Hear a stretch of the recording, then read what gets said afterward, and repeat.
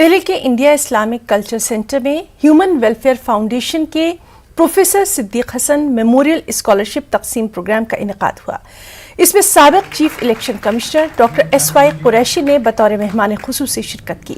واضح رہے کہ پروفیسر کے اے صدیق حسن میموریل پی جی اسکالرشپ کا یہ پہلا بیچ تھا، جس میں پی جی کے 28 منتخب بچوں کو فی بچہ 1 سال کے لیے 30,000 کے چیک دیے گئے۔ ہیومن ویلفیئر فاؤنڈیشن اپنی تعلیمی سرگرمیوں کو مستحکم کرنے اور اسکالرشپ پروگرام کو مزید وسعت دینے کے لیے پروفیسر کے اے صدیق حسن میموریل پی جی اسکالرشپ کی شروعات کر چکا ہے۔ یہ اسکالرشپ ہر سال کل ہند سطح پر ہیومینٹیز کے پوسٹ گریجویشن کے ہونہار طلبہ کو دی جائے گی۔